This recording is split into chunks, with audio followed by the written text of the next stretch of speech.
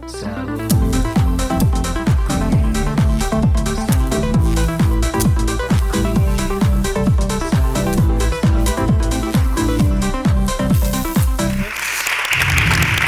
bienvenidos a un nuevo episodio de Sabor a Queer, esta vez fuera del estudio.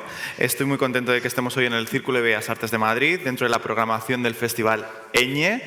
Nuestra actividad en concreto está impulsada, como os explicaba, por España en Libertad, que esto suena así como muy... Y es que hace 50 años que se murió un sinvergüenza que se llamaba Franco. Entonces, bueno, quería darle las gracias a esta organización por apoyarnos, al Círculo de Bellas Artes por acogernos dentro del Festival Eñe. Esta actividad de España en Libertad es una iniciativa del Gobierno de España que depende de la Secretaría de Estado de Memoria Democrática. Muy importante, y vamos a hablar mucho de memoria.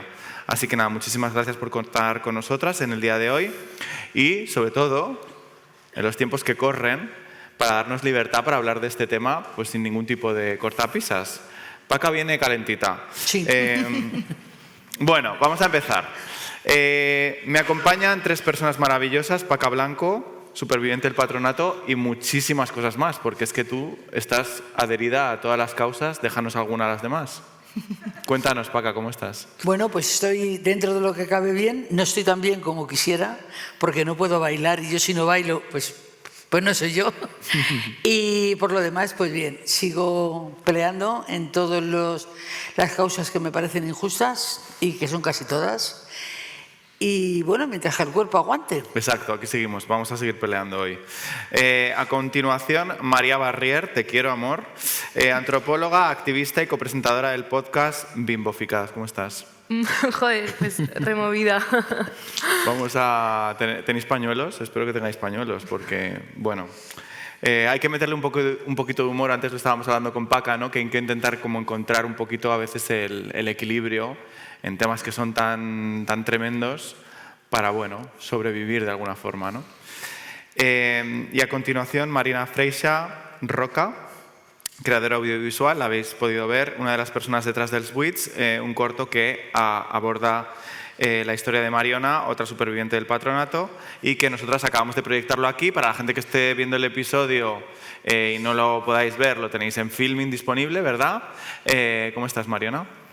Pues bien, nerviosa y muy agradecida de hablar con todas vosotras y de que se haya podido ver el corto también aquí, así que también la gente que no lo haya visto, que lo puede recuperar, pero que bueno, sé que a veces deja un poco como ese pozo, pero vamos luego a levantarlo. Para la gente que no lo haya podido ver, como las que estén escuchando el episodio, me gustaría que, Paca, Marina, nos pudierais dar un poquito de contexto para explicar exactamente en qué consistía esto del patronato de protección a la mujer. Vaya protección, ¿no?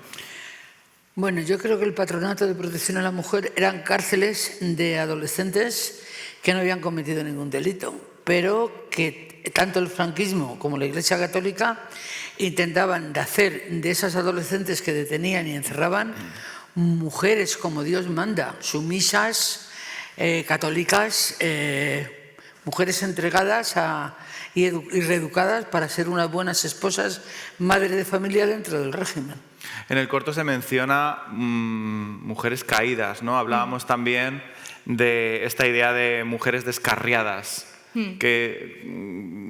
Sí, de hecho, además, históricamente había una cosa que se llama las casas de arrepentidas, o sea, esa idea de la mujer caída. Además se decía caída o en riesgo de caer, que es bastante curioso. Digamos, en riesgo de caer un poco estamos todas, si no caídas ya. Sí. Pero como que, bueno, eso es la literatura franquista y tal, es curiosa de interpretar también. Por eso justo en el corto no queríamos poner una voz explicando qué era el patronato, sino dejar que el propio BOE y el propio Estado se explicase. Bueno, y el testimonio, evidentemente, ¿no? Porque al final aquí, obviamente, hablamos de historias específicas, personales, en primera persona, pero estamos hablando de un sistema, ¿no? Que tiene un funcionamiento para reprimir a gente que no cumple con unas normas inventadas, ¿no? Y que están caídas o a punto de caer, ¿no? Que eso abre el espacio para que puedan ser muchas personas, ¿no? Bueno, yo 2 años que he estado en el patronato de protección a la mujer, nos han hecho caer ellas, ¿eh? Yo no he conocido a ni una sola prostituta que decían que recogían a las chicas que estaban en la calle entregando su cuerpo. Yo no he conocido a ninguna, pero sí he conocido a muchas chicas, a muchas, no a ni una ni dos, que venían del Tribunal Tutelar de Menores, niñas, que ya no podían irse para casa y que pasaban al Patronato de Protección a la Mujer directamente, violadas por su padre o por algún familiar. Como el padre no podía ir a la cárcel porque tenía que mantener otros 4 o 5 que tuviera en casa y era el cabeza de familia, la que encerraban era la chica. Por lo tanto, la caída, que ya venía caída desde pequeña, la había tirado su padre y ahora la iba a tirar la Iglesia Católica y el Estado. Porque además es fuerte, ¿no? Como esta connivencia del Estado con la Iglesia Católica que aún a día de hoy pervive, ¿no? Antes lo estábamos hablando que incluso muchas de las casas de mujeres, bueno, caídas o caídas actuales, ¿no? Que podríamos llamar a las presas o gente que estaba, bueno, pasando por momentos complicados, también ahora mismo a día de hoy siguen dependiendo de la Iglesia, ¿no? O sea, que el Estado sigue otorgándoles a ellos esta posición, ¿no? Sí, yo creo que justamente con en la transición, digamos, un poco dudosa que hemos vivido, tiene que ver con el continuismo en muchas instituciones, en la política, en los tribunales y así, pero yo creo que en la Iglesia es la que más, digamos, ha tenido continuidad porque esas órdenes ni siquiera cambiaron de nombre, ¿no? Que igual eso ha sido una técnica para que otros organismos de algún modo se maquillaran y tal. Algunas cosas, evidentemente, en democracia se vive mejor, pero hay cosas en las que siguen pasando las mismas violencias y es que esas órdenes ni siquiera se cambiaron de nombre, reciben mucho dinero público, probablemente ahora no están, digamos, torturando sistemáticamente por el Ministerio de Justicia, así, pero habría que también echar un ojo a eso, ¿no? Cuando sea en un proceso de memoria y de reparación habría que hablar también de qué pasa ahora con esas instituciones. Y siempre como en defensa de la moralidad, ¿no? y en esta idea de la protección. Siempre se ha utilizado como excusa para ejercer violencia contra las personas que no forman parte de esa normatividad. ¿Cómo crees que esto opera también a día de hoy, María? ¿Tú cómo lo vives? Bueno, o sea, es que a mí todo lo del patronato y todo lo que vemos como pues, durante el franquismo me resuena también a un montón de cosas de hoy en día. O sea, yo tengo amigos que han ido a terapias de conversión, que han sido, ¿cómo se dice? Exorcizados. Exorcizados, sí, en plan de mi edad. Y no hay forma, ¿eh? O sea, por mucho que lo intentan, no nos lo sacan de dentro. No, era muy gracioso porque, claro, te llevan a un campamento de conversión, ¿no? Es trágico, evidentemente, pero al final son todos maricones. Entonces se empiezan a liar entre todos. Pero claro, a mí me resuena mucho como en el presente de todas las instituciones psiquiátricas, la culpa, todas mis amigas que hemos ido a colegios católicos, la culpa que sentimos por dentro, lo mucho que costó como a todas las personas de mi clase, de mi curso, salir del armario, porque era como que era un tema súper tabú. Yo creo que las personas que han ido a colegios públicos lo habrán tenido complicado también, pero o sea, las herramientas del poder, la Iglesia, la psiquiatría, etcétera, son cosas que están también muy presentes hoy día para disciplinar los cuerpos. Y es muy interesante también lo que decía de utilizarlas como obreras a las presas, que yo creo que igualmente a día de hoy se siguen encerrando a mujeres por ser pobres, por ser drogadictas, por miles de cosas que lo único que se busca es eso, el disciplinamiento del cuerpo y quitarse de encima a cualquier persona que pueda ser molesta dentro de lo que tiene que ser la productividad y todo. Yo me acuerdo en los reformatorios que he estado, que no podíamos hablar entre nosotras, lo dice muy claro en el documental.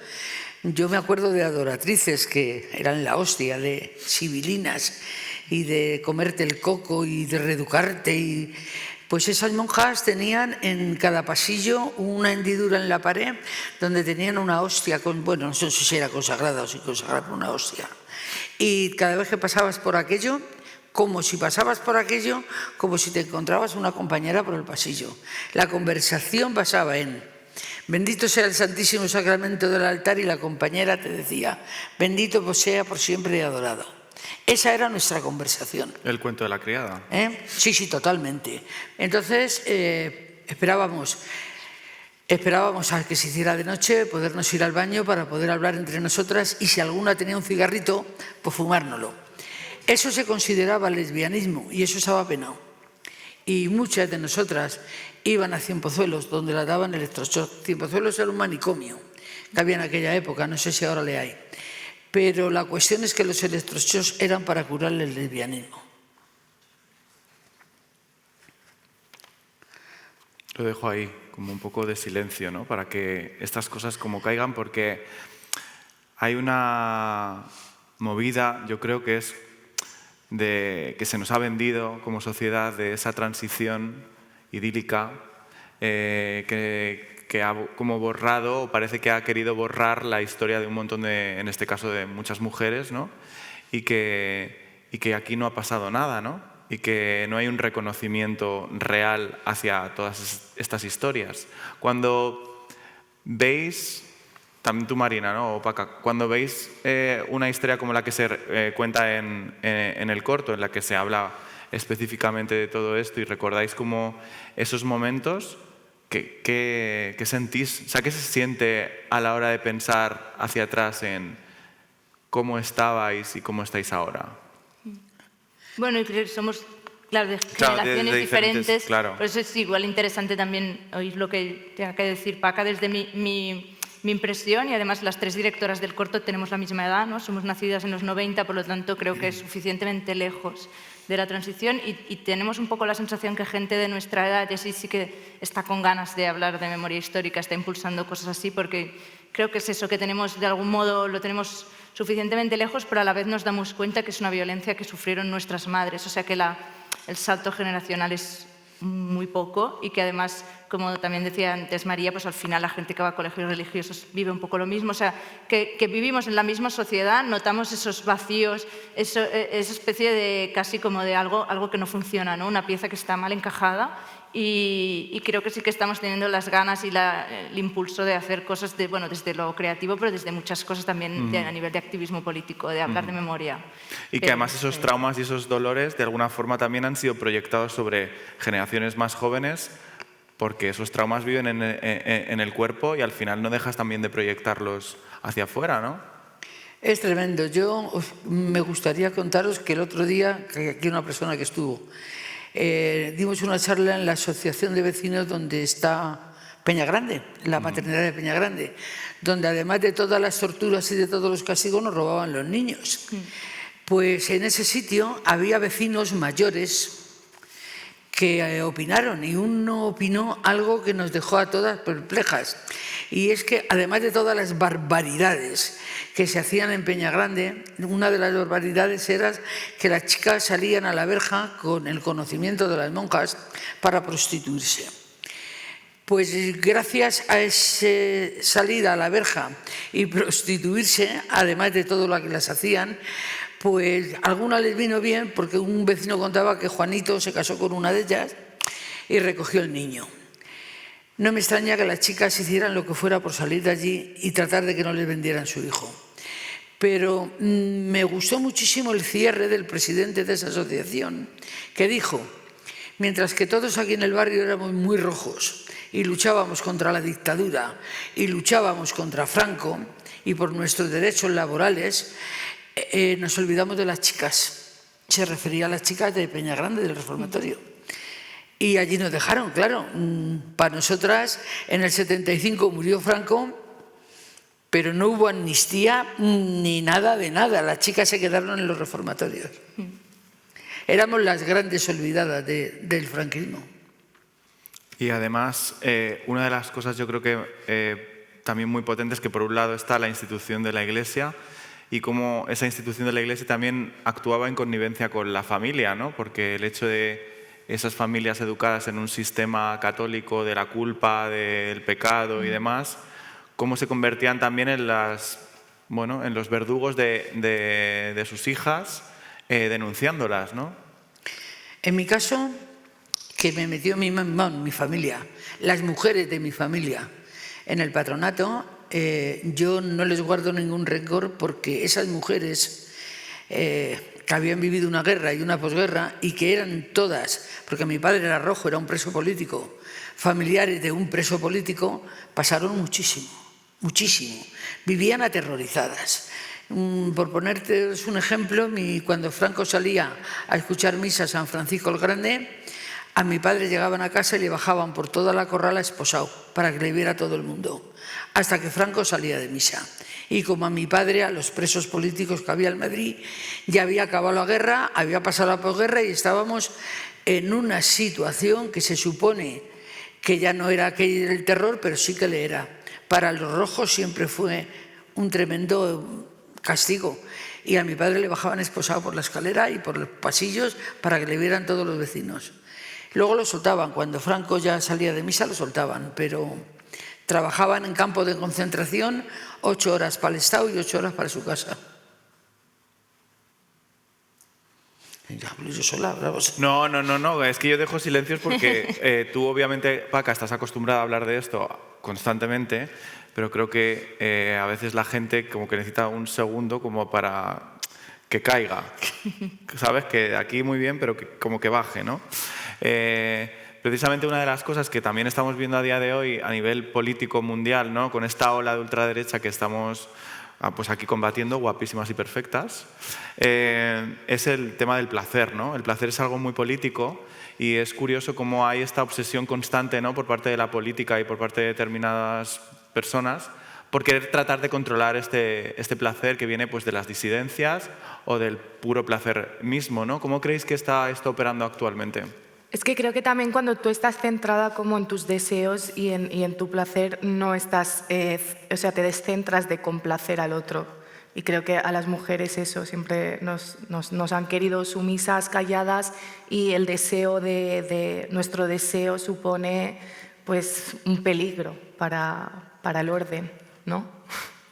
Claro, y todo el tema que contabas antes de estos encuentros en el baño, es como esta obsesión con son maricas, son lesbianas, son no sé qué, están follando, hacen cosas no sé qué, no sé cuántos. ¿De dónde viene tanto esa obsesión por querer controlar el placer? Bueno, por ejemplo, mi madre, que también se ha de algún modo acostumbrado a dar charlas y a como relatar su historia, y así sí que, bueno, habla de que al final ellas son víctimas de algún modo dobles, ¿no? Porque es del franquismo, pero también del patriarcado en ese sentido, ¿no? Y tiene que ver con no reproducir el modelo de mujer nacional católico, que al final es la que tendría que engendrar hijos que reproducieran o sea, tiene que ver con una especie de circuito que iba a reproducir el propio régimen. Entonces la mujer libre, a muchos niveles, ¿no? Libre de su deseo, de su placer, de querer ser madre o no, de querer casarse o no, pues no encajaba con esa idea. Creo que sí, cuando se habla a veces de que las mujeres no vivieron la represión franquista, luego aparece esa institución y dice no es que no solo la vivieron, es que tenía un instrumento, o varios, porque el Tribunal de Menores también, ¿no? Específicamente diseñados para la represión, pero no era solo el ángel del hogar que se tiene que quedar en casa, o sea, la represión era brutal, la directa y la indirecta, ¿no? El terror del que hablaba Paca, todo eso. ¿Os imagináis metidas en un centro donde no podéis hablar una chica con la otra, donde no hay una caricia, no hay un mimo, no hay cómo te encuentras, quieres un vaso de agua, no hay nada, nada? Que no se desee que Pepita o Manolita te abrace. Es increíble porque lo necesitábamos todas. Y no sé si era lesbianismo o no, pero sí que necesitábamos un abrazo y un ¿cómo lo llevas? Y os quiero contar otra cosa muy importante también. Cuando entrábamos en esos centros había chicas que se pegaban muchos días llorando. Y siempre llegaba una veterana y la decía, llevas 7 días llorando, ni uno más. Si sigues llorando te vas a Cienpozuelos, porque estás loca. O sea, ya has llorado suficiente, con 7 días ya has llorado. No puedes llorar ni uno más. O sea, que hasta llorar, con que menos una caricia, absolutamente nada. Pero sin embargo, sí que hemos tenido algunos, no sé cómo llamarlo, pero encuentros con monjas, que yo concretamente una que me castigaron en el dormitorio, que no podía salir hasta que no se fueran todas las chicas y acostarme antes de que entraran, pues una monja me llevó el desayuno con una bandejita y mientras que me decía, Paquita, qué mala eres, se me estaba arrimando cada vez más, ¿sabes? Hasta que la tuve aquí porque yo pensaba, no puede ser, estas no pueden hacérnoslo. Pues sí, esa monja era lesbiana y pretendía acostarse conmigo. Entonces, que ellas también. Aunque se lo negaban a todo el mundo, ellas también. Claro, y una cosa también importante, que lo estamos hablando fuera, sí que hubo un perdón, ¿no? Por parte de... Un perdón, lo digo así, uno. Como el emérito. Exacto, un poco como el emérito, con una asociación la Asociación de Congregaciones Religiosas, no con la Conferencia Episcopal, sino como con la Iglesia como tal, pero sí como de esta asociación. ¿Cómo fue esto y cómo lo viviste en tu caso, por ejemplo, Paca? Pues mira, yo lo viví que, a ver, por una parte el perdón nos vino muy bien. Nos vino muy bien porque era una forma de que la Iglesia Católica reconociera el daño que nos había hecho y que estaba hecho. Porque no hay expedientes. Unos han quemado, otros han inundado.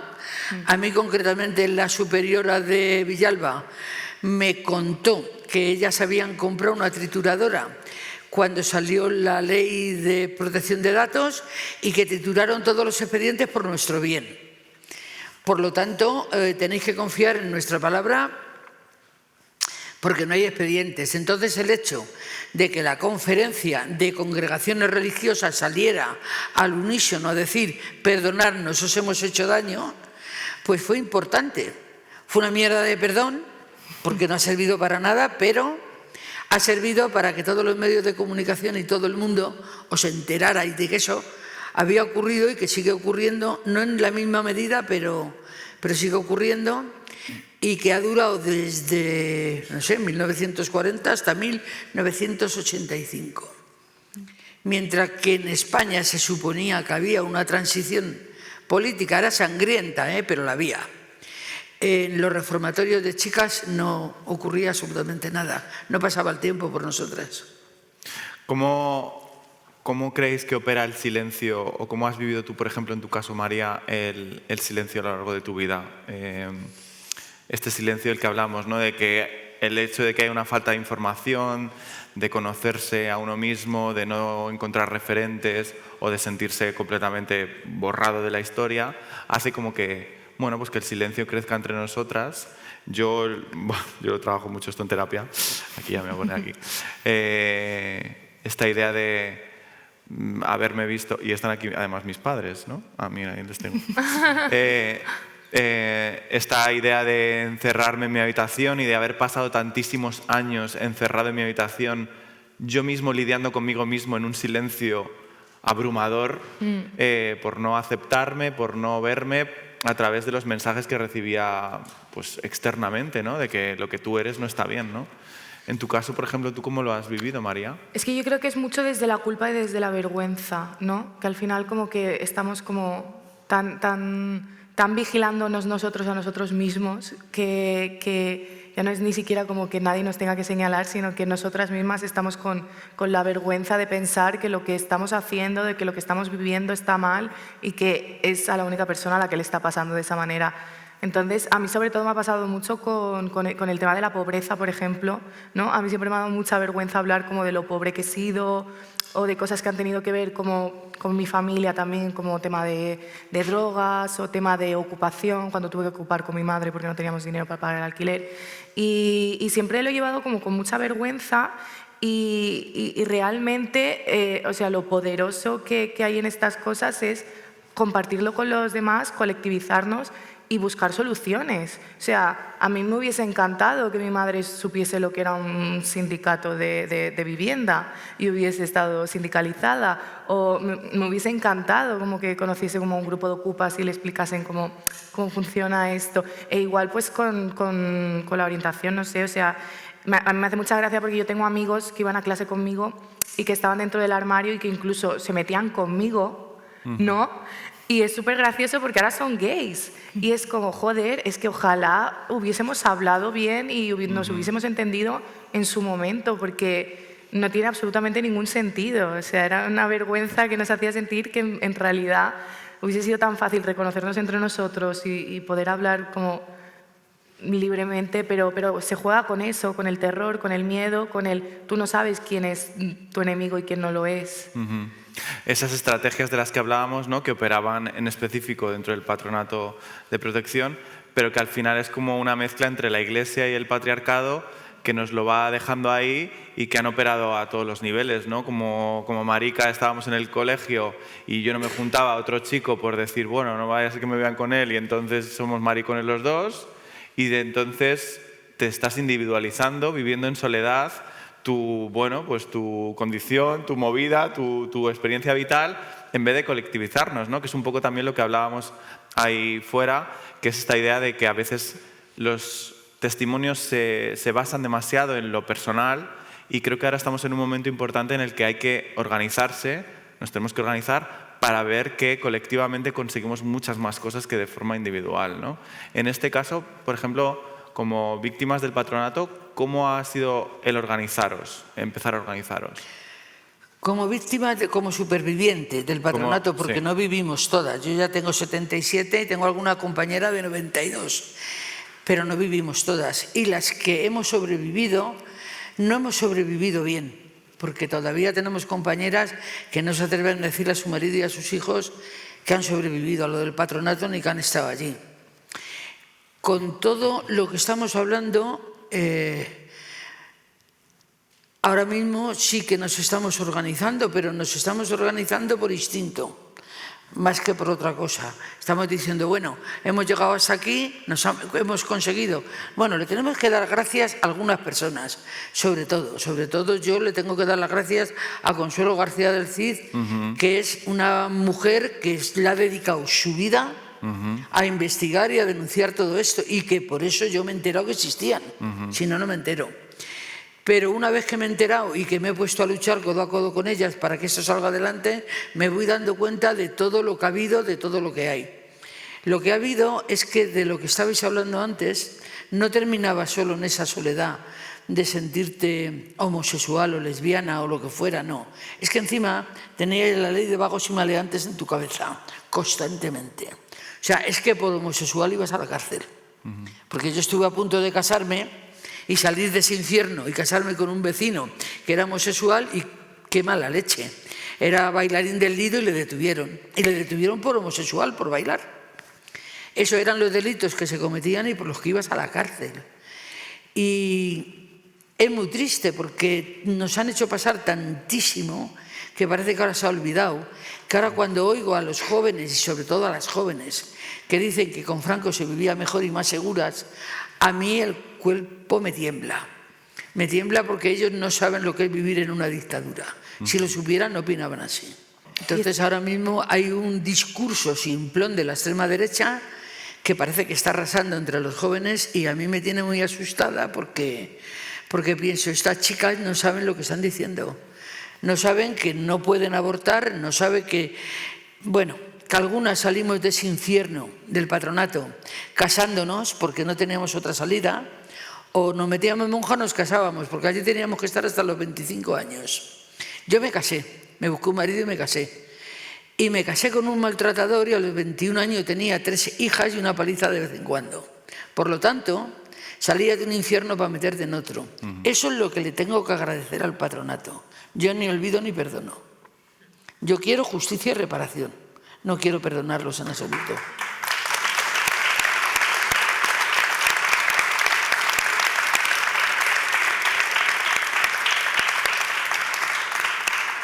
Por eso es tan importante la conexión entre generaciones, y en el corto de Switch me gustaría saber por qué elegiste, como si este era un poco el objetivo, esta conversación intergeneracional, ¿no? Entre, pues eso, darnos la mano, ¿no? Como nos estamos dando la mano con Paca, y que es importante entender que esto es una cuestión que nos pertenece a todas, ¿no? Yo creo que primero teníamos una idea que creo que era bastante más fría, aunque bueno, tampoco es que el documental se tiene algo un poco frío, porque no queríamos tampoco ser excesivamente como lacrimógenas, o bueno, no sé. Había mucho el reto de respetar o de algún modo poner por delante la dignidad del testimonio, o sea que no pues ver a Mariona no únicamente como una víctima, sino como una persona que luego, además, digamos, como que ha ganado, ¿no? Que ha conseguido tener su vida, decidir su familia y ser feliz, ¿no? Como una venganza. Y entonces la conversación nos permitía eso un poco más humano, aunque, ya te digo, la idea no era que yo fuera, digamos, un personaje. Hacerlo también con Isa y Sofi, que son como personas que lo ven desde fuera, pero que a la vez están en el proceso creativo.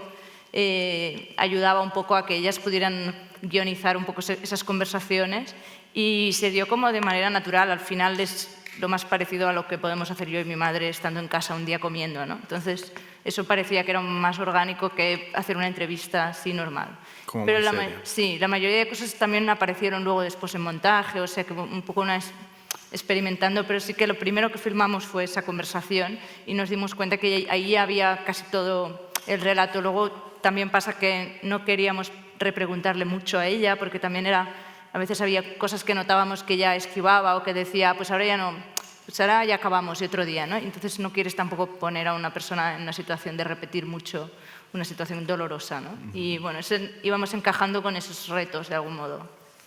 Como encontrar ese espacio de respeto y de no revictimizar constantemente, que es un poco a veces también lo que hace a veces difícil, yo creo, ¿no? Como organizarse y demás, porque supongo que Paca estarás ya hasta las narices de contar 40 veces la misma historia, ¿o no?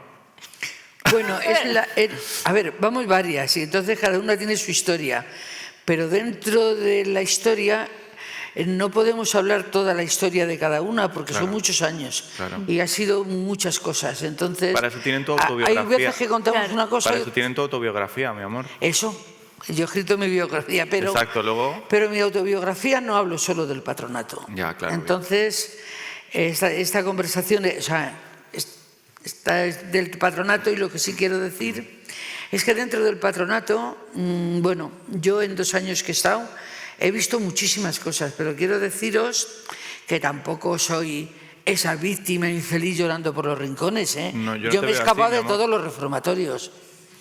De todos los reformatorios y de todas las congregaciones de monjas de este país me he ido. He tenido la ley de vagos y maleantes a punto de ponérmela porque ya no me quería ninguna congregación de monjas. Y he luchado a brazo partido por la libertad mía y de mis compañeras. Y voy a seguir haciéndolo mientras que el cuerpo aguante. Bravo. Es que eres perfecta, mi amor. Hablábamos del silencio y demás, ¿no? Yo tengo como una historia personal que contar que he descubierto a raíz de ver el corto. Yo soy de San Fernando de Henares y viendo el corto descubrí pues que enfrente de casa de mis abuelos había ese sitio de las monjas, que se llamaba de las monjas, que yo desconocía que era un reformatorio. Y resulta que luego investigando más sobre el tema, parece ser que lo que allí sucedió también como fue un poco el comienzo de una serie de protestas que derivaron eventualmente en cerrar este lugar horroroso, ¿no? Concretamente Inmaculada Valderrama, que era una de las chicas que estaba allí, pues intentando escaparse o se suicidó. No se suicidó, no pudo soportarlo. Como que su muerte fue como el comienzo de una serie de protestas que eventualmente acabaron con esto, ¿no? O sea, como de esa forma, y también hablando con gente del pueblo, yo me he dado cuenta de cómo denaturalizado estaba aquello, porque además también decíamos que había una estrategia, que también lo vemos ahora con el tema de las cárceles, en la que sacas a la gente de su espacio y la llevas a un lugar en el que no la conoce nadie, ¿no? Entonces, si tú pones a una persona como, por ejemplo, era Inmaculada, que si no recuerdo mal era de Málaga, Era de Málaga. la sacas de su entorno, la pones en otro lugar, la descontextualizas, le quitas completamente la comunicación entre otras personas. Y claro, la gente del pueblo, ¿qué va a saber, no? Eran chicas que las estaban ayudando, las estaban intentando como reconducir. ¿Cómo, en esta investigación que habéis hecho para el corto, bueno, cómo os habéis en encontrado parte con estas también, historias? como dijo Paca, la investigación que lleva muchos años Consuelo nos ayudó mucho, sobre todo a mapear un poco los espacios. Tampoco no es verdad que es difícil acceder a archivos, porque eso luego con otras investigadoras nos hemos dado cuenta que depende mucho de qué archivo. O sea, hay comunidades autónomas, creo que el Archivo Provincial de Sevilla está súper recogido, por ejemplo, pero luego en Barcelona no. O sea, como tienes que ir tocando puertas y bueno, nosotros en todo caso tampoco somos historiadoras ni expertas, nos hemos como apoyado de todas esas personas que tanto testimonios como Consuelo o investigadoras como Carmen Guillén o otras periodistas que lo han ido investigando, y justo la historia de Inmaculada Valderrama apareció un poco por ahí, y como fuimos a rodar aquí a Madrid y vimos que en San Fernando se estaba destruyendo el edificio, aprovechamos como para hacer esa escapada y, claro, pillamos el derrumbe, intentamos preguntar por el pueblo y nos pasaba lo mismo que dices tú, que la gente era como, bueno, sí, las monjas, pero sí como una opacidad, ¿no? Que nadie sabía muy bien qué había, y ese era de los últimos centros que se cerró. Inmaculada murió en el 83, o sea que también estamos hablando de bastante entrada la democracia. Y ahí creo que además las que llevaban ese centro eran las cruzadas evangélicas, que eran bastante tremendas, que eran las que llevaban las cárceles de mujeres. Y era una orden secular, es decir, no eran reconocidas por el Vaticano como monjas y casi que existieron como brazo armado, digamos, de ejecutor del franquismo para sitios como cárceles. Ese era su cometido. Porque aquí hemos hablado de muchas cosas, ¿no? Pero el patronato empujaba a las mujeres a vivir situaciones bastante extremas que derivan en muchas problemáticas que han ido saliendo y surgiendo, ¿no? Hemos hablado de los embarazos. Yo he escuchado a gente como con los forceps le sacaban a los niños y los daban, ¿no? Tú nos contabas también todo el tema de la prostitución, los electroshocks, la venta de bebés. O sea, que estamos hablando de una cosa que es bastante hardcore, me refiero. Sí, sí, totalmente. Y que es tremendamente curioso que cuando ahora hay tanta obsesión con el borrado de las mujeres por las personas trans, fíjate tú qué obsesión, hablemos de este borrado, ¿no? De que eso no se estaba tratando, no está en los medios de comunicación. ¿Por qué no está en los medios de comunicación? Bueno, pues porque siempre se intenta ocultar. Yo creo que esto para ellas era un experimento como los nazis. Tenían que ver si eran capaces de obligarnos a las mujeres, quitárnoslo todo y empezar con nosotras de cero, lavándonos el cerebro totalmente para hacernos de nosotras esas esposas, como el cuento de la criada, igual. O sea, para hacer de nosotras esas esposas sumisas, obedientes, católicas, madres de familia, que solo pudiéramos disponer de nuestro cuerpo para tener muchos hijos y cuanto más hijos, más felices. Y todo esto era lo que ellas trataban de hacer con nosotras, era su experimento. Y luego no hay tampoco datos, ¿no? O sea, ¿cuál es el impacto que el patronato tuvo? Porque hay infinidad de reformatorios, ¿no?, en toda España. Sí. ¿Y cuál es el verdadero impacto de cuántas mujeres pasaron por estos espacios? Es que justo antes que hablabas del perdón y que Paca creo que lo ha explicado muy bien, yo también estaba y fue tal y como lo ha dicho, es que hasta que el Estado no se haga cargo de algo como una comisión de investigación, digamos, siempre las preguntas que tienen que ver con datos, yo creo que las tenemos que preguntar más, o sea, tenemos que ir a buscar esas responsabilidades en el Estado, comisiones de investigación, comparando cómo se ha hecho en otros países como en Irlanda, con las casas de la Magdalena, ¿no? Yo creo que allí es donde tendremos también los recursos, las herramientas para abrir archivos, obligar también a las entidades privadas, es decir, a la Iglesia, a que abran los suyos y tener datos, que es lo que en países como Irlanda ahora se consigue tener, ¿no? Poder hablar de qué cantidad de mujeres, estamos hablando de muchos miles. Yo no tengo los números en mente, pero ahí las memorias que publicaba el patronato de algunos años se han podido leer y es bastante heavy la cantidad de centros y de mujeres que había, pero creo que hasta que no se haga una investigación como oficial y con garantías no se va a tener ese tipo de datos, que sería súper interesante también porque hay que hablar de las víctimas, pero también de los victimarios, ¿no? Poner nombre a las personas que ejercieron eso, que lo que tú has contado es tortura, por lo tanto se puede juzgar, es un crimen de lesa humanidad y igual que muchos otros crímenes del franquismo que tampoco están siendo investigados, pues habría que investigar y juzgar.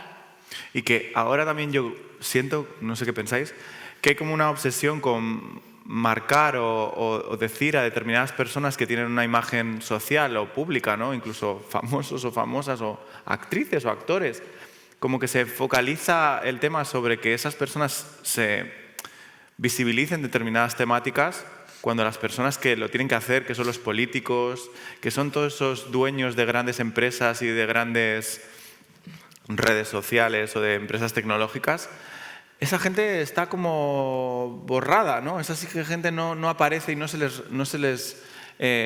piden, pues no se les piden, no me sale la palabra, pero bueno, no se les piden. Sí, que No se pide responsabilidades. O sea, como que hay esta obsesión con hablar de las críticas que ahora se llevan mucho en redes sociales y en los medios, ¿no?, de gente con seguidores o de famosos, pero no se está pidiendo realmente a la gente que es la que tiene que cambiar las cosas, ¿no? La gente verdaderamente responsable que están en puestos de poder, o bien económico o bien político. Bueno, yo creo que se está viviendo un fenómeno con esto de que está ascendiendo la extrema derecha. Tienen este discurso simplón y facilón de que están volviendo como que lo que interesa es esos programas de la tele de carnaza y de cotilleo eso es lo que les interesa. Y están intentando que todo el mundo esté pendiente de esas cosas y no realmente de las que estamos reivindicando.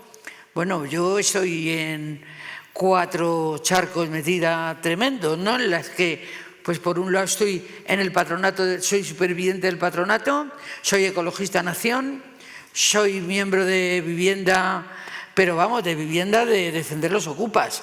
Y estoy metida en muchísimos charcos, con lo que intento cambiar esta sociedad y darle otra. Pero la gente con la que hablo, y eso que ando con gente en círculos más pequeños, pero a la gente lo que le interesa es saber. Alguien me ha dicho el otro día, bueno, hace unos meses, que soy un antisocial porque no sé quién es la Rocito. O sea, de verdad, que me llamen antisocial a mí, que estoy metida en todos los lados intentando cambiar esto porque no sé quién es la Rocito, pues no sé quién es la Rocito. Y como esa, muchas. Y es lo que quiere la gente. O sea, estas producciones grandes, estas redes sociales, todo esto lo que les interesa realmente es que nosotros nos preocupemos del Rocito, ¿vale? No nos preocupemos del patronato, ni de los ocupas, ni de la vivienda, ni de nada. Los ocupas sí, pero para las empresas de seguridad, para eso sí. Claro. Un besito desde aquí para Ana Rosa y Pablo Motos. Igualmente, yo sí que creo que o sea, está bien como pedir responsabilidad a esa gente que tiene mucha visibilidad, porque al final eres un medio de comunicación en sí mismo. O sea, es como que tú tienes un altavoz y un poder, y el poder social, el capital social es un poder al final. Total. Y creo que está bien como reclamar a los poderes lo que tú quieras escuchar o lo que no quieras escuchar, y más porque estamos en un mundo en el que cómo vamos a luchar contra un algoritmo que decide que toda tu tele sea como tan polarizante. Entonces, yo Pero entiendo... ¿no crees que a veces hay como mucha obsesión con que se pronuncien determinadas personas y a lo mejor hay más inacción en los lugares donde realmente la gente tiene poder para que cambien las cosas? Pues porque es que realmente también, ¿qué le vas a reprochar al Estado? Que funcione como un Estado. Pues es que realmente la gente tiene una desesperanza porque se da cuenta de que realmente lo que te están vendiendo y lo que te están diciendo no es así y no funciona de esa manera. Y ese es el problema también, que no tenemos nada más allá del Estado o del, yo qué sé, pues cuando hay un caso de violencia o lo que sea, la policía... Yo, por ejemplo, siendo como... O sea, a mí me resuena mucho todo lo del patronato con también los centros de menores. En Mallorca hace nada ha habido el caso de niñas prostituidas en los centros de menores. Y son cosas que se vuelven a repetir y es como, es que cuando tengo un problema, ¿a quién acudo? A una policía que lo que busca es controlar y jugar a favor de unos y en contra de los pobres, a un de esto de menores, una protección al menor, que lo que hace es separar familias pobres y coger a niños y aislarlos. O sea, son todas unas cosas que a veces es difícil saber a quién recurrir, ¿sabes? O sea, debería haber como un organismo externo. No sé, se deberían de reformular tantas cosas que yo creo que la gente pues lo hace desde buscar su autonomía y buscar como una alternativa a burocracia y a leyes que es absurdo. O sea, han habido tantas veces que se han querido como juzgar a mercenarios franquistas, por ejemplo, y no se ha llegado a ningún sitio. O sea, en un congreso donde yo creo que todo el mundo tendría que estar como a favor de eso, ¿no? Porque es algo que me parece básico y no, incluso partidos políticos de izquierdas. Exacto. Yo creo que lo bueno que estamos viviendo es verdad que es un momento en el que estamos como descubriendo toda la mentira de lo que nos han contado de cómo funcionan los estamentos políticos, ¿no? Y de todo el bullshit que hay alrededor de cómo funciona pues, el Estado, ¿no? Yo creo que una de las cosas más importantes y sobre todo la principal lucha en la que estáis ahora además, Paca, es la ley de memoria democrática. Me parece que es importante como hablar de esto porque, como bien decías, hemos hablado de silencio, hemos hablado de olvido y estamos hablando de la importancia de hablar y de romper lanzas sobre temas que no se tratan habitualmente. Es importante como ver cuál es el trabajo que estáis haciendo ahora, que es ser reconocidas como víctimas del franquismo, porque eso tiene muchas consecuencias, ¿no? Y el hecho de que no haya información, que esos escritos, esos informes, esas cosas desaparezcan, se inunden, se quemen misteriosamente, hace complicado que este reconocimiento se dé, ¿no? Y entonces me gustaría que explicaras un poco cuál es vuestra reivindicación en este momento. Bueno, desde la superviviente del Patronato de Protección de la Mujer queremos que se nos reconozca víctimas de esa dictadura, de ese franquismo, porque es como hemos empezado. Pero quiero que sepáis que el patronato ha estado hasta el 85, que ha terminado.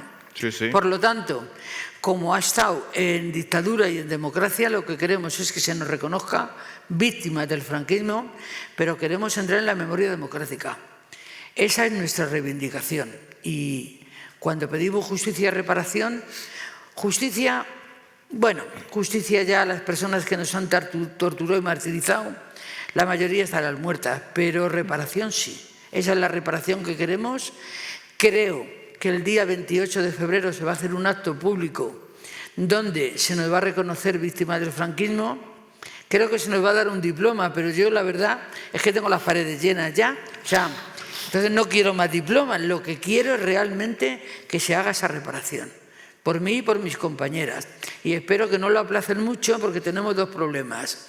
Uno, que ya somos muy mayores y que queremos verlo. Y dos, que no vaya a ser que tengamos un disgusto y entre a gobernar la derecha y ya no se nos reconozca. Así que eso es lo que...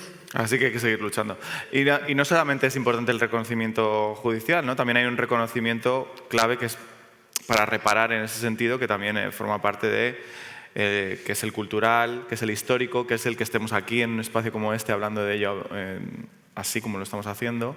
Para vosotras, Marina, María, ¿cómo creéis que se puede reparar desde la hora todo lo que ha pasado?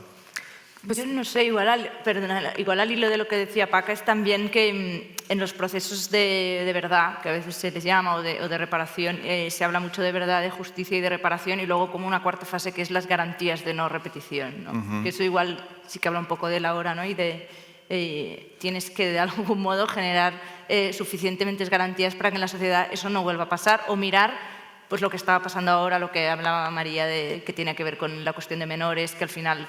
Cuando se traspasaron las competencias del patronato, muchas fueron a parar a temas de menores, o sea que yo creo que las garantías de no repetición es la manera en la que en el ahora se puede asegurar de que eso no vuelva a pasar, ¿no? De hacer ese tipo de, cuando se habla de esos cinturones, ¿no? de seguridad para la derecha o para... pues el fascismo en alza, que también... Para el fascista, sí, digámoslo así. Que Paca decía que muchos, o sea, esos torturadores están muertos, pero no las instituciones que les respaldaban. Y entonces es eso, es luchar contra ellas y pedir justicia, porque además han cambiado de nombre, han cambiado de gente, pero siguen ejerciendo violencia. Bueno, algunas no, hay adoratrices, sigue habiendo adoratrices, sigue habiendo latas que están al cargo de educación de adolescentes y de niños. Por lo tanto, yo creo que esas congregaciones que se ha demostrado que nos han torturado hasta la saciedad no debían de recibir dinero público para seguir llevando ellos la educación. Claro, eso tenía que ser muy concreta, claro, que tiene que ver con que... Somos un país laico y eso tenía que dejar de existir. Sí, eso sí queda para unas buenas risas, que somos un país laico. Creo que teníamos un poco turno para preguntas, ¿verdad? Así que si alguien tiene ganas de hacer alguna pregunta, es el momento. Hablar ahora o callar para siempre. Hola. Vamos a ver, yo estoy en CEACUA. No sé si sabes lo que es la CEACUA, ¿verdad? Sí, pero... La querella argentina. Sí. El tema de víctimas del franquismo. Sí, vale. Es que como te he oído hablar de verdad, justicia, reparación y garantías de no repetición, digo, esta chica tiene que conocer... Sí, he seguido, no sabía el acrónimo. Sí, es la querella argentina que está constituida por asociaciones de memoria histórica de todo el territorio nacional, que quien puso la querella cuando los juzgados de este país no admitían y no admiten, bueno, ahora van admitiendo con cuentagotas alguno, no admitían ningún tipo de querella. No me voy a extender. Y era lo que te quería preguntar, porque es que hay una asociación que está en la CEACUA, que es la Asociación de Bebés Robados, que lo lleva Soledad Luque, entre otras. Entonces, en el patronato se vendieron y se robaron multitud de niños. Miles.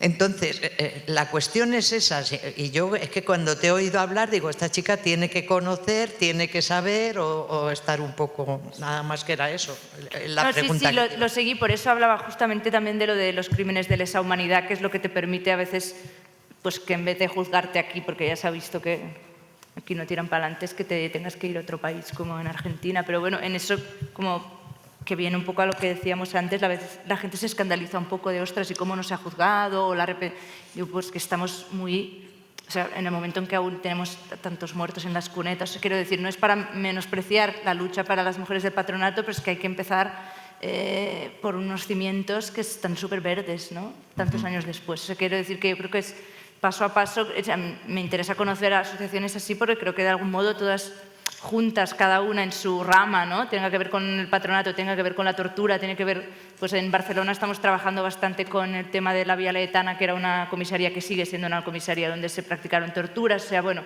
que nos damos la mano de algún modo las entidades memorialísticas y asociaciones de víctimas de todo tipo. Hola, buenos días. Esto era una pregunta para Paca o, bueno, quien supongo que será para ellas, seguramente. Habéis hablado mucho de que una de las maneras de salir del patronato, sobre todo de la maternidad de Peñagrande, era que las chicas se casaran. Entonces, si no podían salir de la maternidad de Peñagrande, o sea, ¿cómo podían conocer a alguien para casarse? O sea, ¿cómo era el procedimiento para casarse? Y otra enlazada con esta pregunta es la siguiente. Había leído en alguno, había visto en algunos de los documentales que tenéis por ahí, o algunos de los testimonios de alguna superviviente, que había misas abiertas y que iban hombres y que, bueno, pues a las chicas se las exponía para que consiguieran, no sé si matrimonio o no sé con qué intenciones iban los hombres. Esto promovido por las monjas del patronato. Y por último, en el 66 ya salieron las asistentes sociales, ya salió publicado en el Boletín Oficial del Estado el tema de las asistentes sociales. No veo que por ningún sitio se hable de ellas ni qué papel jugaban en este tipo de instituciones.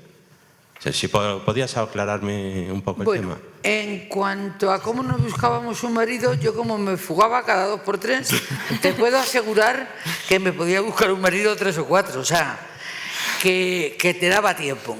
De hecho, cuando llegas al reformatorio, cuando llegas al patronato, hay un centro de observación y clasificación que te hace un expediente, te reconoce un médico y te pone un sello completa o no completa. Yo las 3 primeras fugas aparecí completa, pero ya la cuarta no, ya la cuarta aparecí incompleta y embarazada. Así que te podías buscar un marido en una de las fugas. Otra de las cuestiones... Y tú antes explicabas como que las chicas se acercaban a la verja de Sí, eso es lo que iba a decir ahora. Yo me he enterado el otro día, me he enterado antes de ayer, de que las monjas fomentaban que las chicas se acercaran a la verja de en Peñagrande.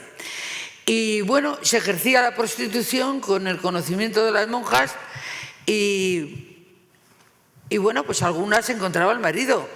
Contaba un vecino que un tal Juanito, ¿verdad?, se había casado con una de las chicas que conoció en la verja y había rescatado el niño. Y en cuanto a las asistentes sociales, yo nunca vi ninguna, pero quiero contar una cosa de la asistencia social. Por otras circunstancias que no son las del patronato, que son por la de la vivienda, he tenido que ir a una asistente social que me ha hecho un test de dónde vivo, quién soy, de qué trabajo, y me ha preguntado esa asistente social si mis hijos se drogan.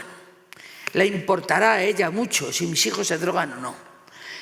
Pero si alguien va a la asistente social pensando que esa señora o señorita te va a proporcionar una ayuda para poder seguir viviendo, lo primero que va a hacer en ese test es decir que tienes hijos drogadictos. Por lo tanto, Eso yo lo quiero denunciar en público. Otra cosa que quiero denunciar de las asistentes sociales es que cuando vamos a ellas, vamos a por un certificado de vulnerabilidad.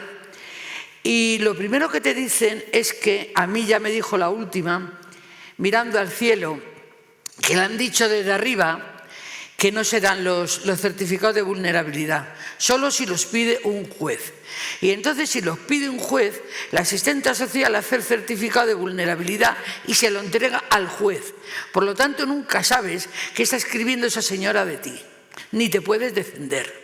Y eso también lo quiero denunciar en público, porque no tenemos a nuestro favor los pobres, ni asistentes sociales, ni nada que donde agarrarnos, que lo decías tú antes. ¿A quién acudimos? ¿Cómo lo hacemos? ¿Quién nos va a defender? Nadie. Solo nos queda una cosa, y quiero que la entendáis bien, organizarnos. Solos no podemos. Efectivamente.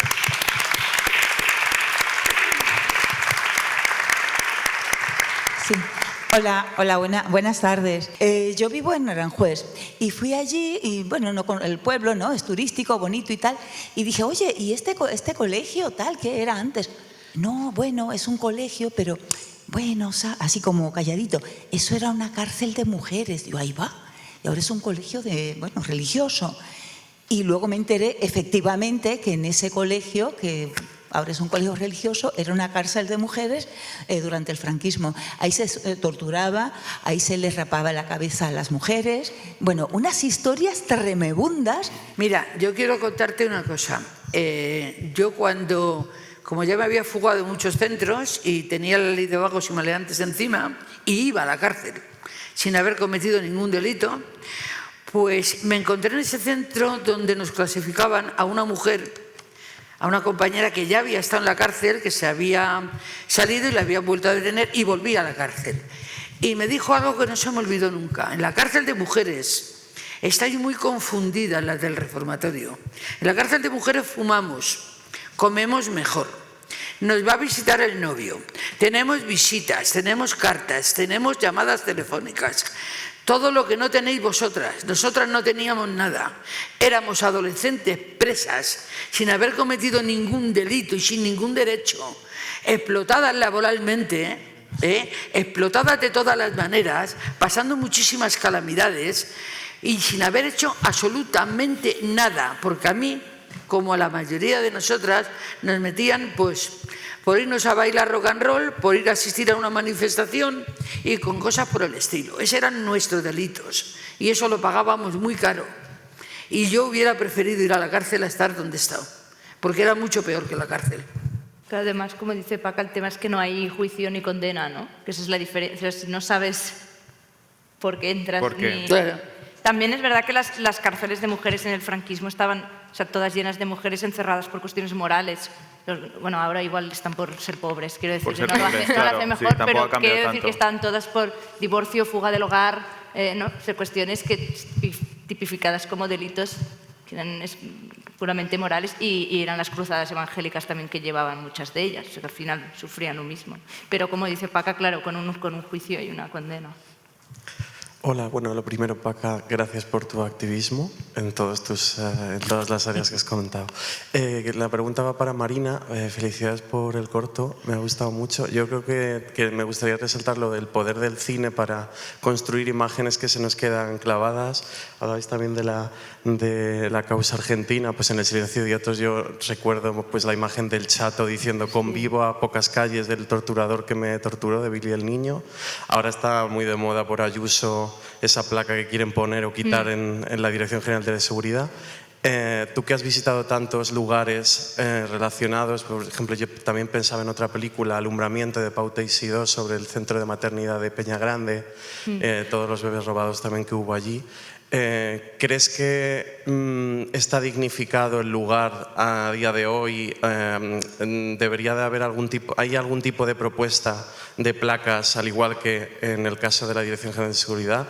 Porque creo que sería muy interesante poder reflexionar incluso en los lugares que ya no existen. Sí. Al menos el cine, gracias a tu película, pues nos quedamos con esas imágenes. Yo la idea de poner la fotografía en un salón o en una fachada, la verdad que me ha impactado mucho y quería felicitarte. Gracias. Pues muchas gracias. Es que, además es que sí que fue un poco la premisa inicial era que el espacio tuviese mucha importancia por eso, por lo de...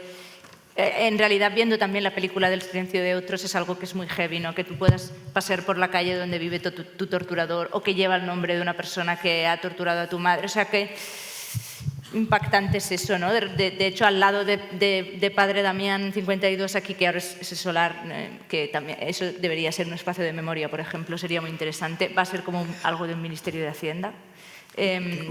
Y al lado está la placa de donde murió Vallejo Nájera, psiquiatra franquista, y está su placa. O sea que no haya placas dignificando los sitios, sino que hay las otras. O sea, están las placas de los torturadores. Ojalá hubiese... En Barcelona, en principio, sí que intentamos que en un pleno del ayuntamiento se comprometieran a poner como un panel informativo, igual que está delante de la Vía Laietana, pero sigue la Policía Nacional ahí dentro. O sea, esa es como la paradoja, pero... Estaría muy bien. Uno de los, de algún modo, como referentes es lo que han hecho en Chile o en Argentina, convirtiendo los espacios en espacios de memoria. Y creo que es parte de esos procesos, de verdad tiene que ver con los espacios, porque igual pues en las Adoratrices de Barcelona sigue siendo de las Adoratrices un cole concertado, que además concertado quiere decir que se lleva dinero público. Bueno, todo es casi como insultante, ¿no? A nivel de... por lo que tiene que ver con el espacio, sí.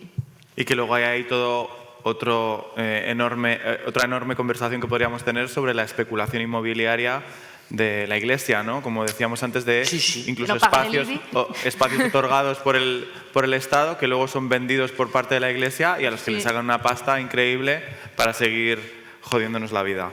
A mí lo de los espacios me parece súper curioso también, porque mi madre, por ejemplo, que estuvo en un orfanato de pequeña, de monjas, donde era aún franquismo, y la trataron fatal, la maltrataron. Y ahora es un sitio, La Misericordia en Mallorca, que es un sitio donde hacen pues, eventos culturales, pues, yo qué sé, conciertos, exposiciones, y es súper raro estar ahí sabiendo como todo el trauma que contiene ese lugar, ¿sabes? Que luego de repente es una fiesta, pero mi madre ha estado ahí hace 50 años siendo maltratada, y es raro. Bueno, hola. Bueno, primero, gracias a todas por vuestro testimonio. Quería preguntar, no sé si voy a saber plantearlo bien, como hablando un poco de lo que habéis comentado, del perdón, de que fueran justamente las mujeres de vuestra propia familia que os denunciaran y que luego, de nuevo, en estos sitios fueran las mujeres que fueran el vehículo de la represión. Me recuerda igual un poco como... O sea, no sé cómo conciliar esta imagen, igual que desde la propia misoginia se le quita esa agencia a las mujeres también de ser malas, por decirlo de alguna manera. Si creéis que tiene también eso un papel en que no se haya igual dado tanta importancia a esto que ha ocurrido, igual que igual no se da importancia a las mujeres que colaboraron con el nazismo, con otras cosas así. Entiendo, sí, creo que por dónde vas. Es verdad que creo que, bueno, y además no seré yo, aunque están como muy de moda ahora las monjas y tal, y está bien hablar de eso, justamente para hablar de esos crímenes sin impunidad. Pero creo que tiene que ver un poco que ellas hacen como ese brazo ejecutor. Antes lo hablábamos, ¿no? Que como que a los hombres se los castiga y a las mujeres se las reeduca o redirige. Hay como una infantilización, hay con muchas capas que tienen que ver igual con esa feminidad o no, pues aproximación femenina del asunto, pero al final eso dependía del Ministerio de Justicia, que eran un mogollón de hombres, de un régimen católico que era absolutamente machista y patriarcal, o sea que evidentemente hay unas culpas y bueno, que las órdenes religiosas regidas por mujeres, ellas seguramente también serían víctimas de cosas, o sea, hay como ahí sí, que no todo es victimismo, que igual que, pues bueno, una marica puede ser una hija de puta, una por eso digo que ya eras malísimas. O sea, que se puede ser mala persona, da igual lo que seas, ¿no? Pero que bueno, que a la vez hay un contexto que obviamente, pues bueno... Claro, creo que más allá de analizar desde dónde surge esa violencia, es que esa violencia sigue siendo patriarcal, aunque la aunque en ese caso las ejecutoras fueran una orden de mujeres, porque... Sí, me refería más como a decir, como justamente como que a través de este prisma como que se ha blanqueado un poco su imagen, como lo que decíais ahora, que esas instituciones siguen existiendo, pero como en otro ámbito. Sí, igual se habrá olvidado más o habrá ayudado a esa especie de olvido colectivo, de silencio. Bueno, vamos a ir cerrando y me gustaría preguntaros, antes lo has mencionado tú, Paca, que es verdad que ahora hay toda una generación de gente muy joven que obviamente no ha tenido conexión directa con el franquismo, con lo cual no entienden lo que implica decir se vivía mejor con Franco. Y me gustaría saber qué es lo que les diríais a estas personas jóvenes que están diciendo este tipo de cosas. Bueno, pues yo creo que esas personas jóvenes lo que había que hacer es más cosas de estas entre jóvenes y nosotras, y a las dudas que ellas puedan tener o la seguridad que tengan de que aunque voten a la derecha no van a perder los privilegios que tienen hoy, poderlas contar que sí, que van a perder la cantidad de privilegios que tienen hoy y por qué. O sea, ese tipo de conversaciones deberíamos de tener las mayores con la gente joven. Entonces, no sé, a mí no tengo ningún inconveniente en hablar en algún instituto donde me manden y contestar a las preguntas que me hagáis. Estoy dispuesta a ello y dispuesta a deciros que una represión de una dictadura es tan fuerte, tan grande. Y bueno, hemos hablado de represión, hemos hablado de castigos, hemos hablado de cárceles, pero no hemos hablado de los que han perdido la vida por el camino. Y hasta eso, hasta asesinatos. Por lo tanto, tenemos que tener muy claro que es una dictadura y qué derechos hemos ganado los que hemos luchado y qué derechos os estáis jugando gratuitamente y que podéis perder por votar a una gentuza que lo único que quiere es ocupar poder y punto. Y que hay una reformulación de estas cosas que están atacando como a la gente joven para que se sumen, como eliminando del discurso las cosas que no les vienen a ellos bien, ¿no? Yo creo que en algo también hemos metido la pata a la izquierda y me culpo por lo mismo, ¿no? Yo creo que, a mi manera de entenderlo, porque yo, como siempre he sido rebelde con causa, pues entiendo que ahora estamos todos muy tranquilos y muy cómodos en lo que estamos haciendo, tanto sea una lucha como la otra, me da igual. Y que, ¿cómo lo explico? La rebeldía de la gente joven la está utilizando la derecha, que son las que están sacando a la gente joven a la calle con las banderas y se lo están pasando de miedo. No, nosotros estamos diciéndole estudia, a ver qué nota sacas, sé bueno, sé pacífico, sé simpático, y entonces estamos haciendo pues unos gilipollas, cosas como son. Entonces la gente joven quiere rebeldía. Y la gente joven no le estamos dando esa rebeldía porque tenemos mogollón de causas para luchar. Pero no están luchando y les estamos haciendo retroceder, mientras que la derecha les está haciendo avanzar. Por lo tanto, estamos metiendo la pata. Queremos una sociedad tan pacifista, tan light, que, pues están llevando la rebeldía a quien se lo está llevando. Yo creo... Y te voy a poner un ejemplo muy tonto. Yo iba en una manifestación un día y había unos chicos rompiendo la Caixa. Y parte de la manifestación donde yo estaba, ¡ay, mira! Están rompiendo un banco, sin vergüenzas, así nos va. No, guapa, deja a los chicos que rompan la Caixa, tú tira para adelante, que así no te están rompiendo nada. A ver, tenemos la obligación de taparlo, de defender a la gente joven y de estar con ellos, no de machacarlos. Por lo tanto, lo estamos haciendo mal. Y si estamos a tiempo de rectificar, rectificaremos. Y si no, pues no ganarán. Ya Exacto. Total. ¿Me repites la pregunta? ¿Qué les diríais a estos jovencitos? ¿Qué les diríais a estos jóvenes? Jóvenes franquistas, Jóvenes ¿no? franquistas. Bueno, María, a vosotras que se os metieron en un directo, ¿no? Unos nazis. Ah, sí, Tú fuiste ahí a patearles la boca, o sea que sí, lo haría mil veces. Además es que me encanta, porque me encanta como desvirtualizarlos, ¿no? Porque luego se callan la boca y yo soy a mí me gusta pegar. Y yo, claro, en plan, si vienes aquí a decir cosas que atentan contra mí, contra mi integridad y contra la de las personas que quiero, te pego una hostia.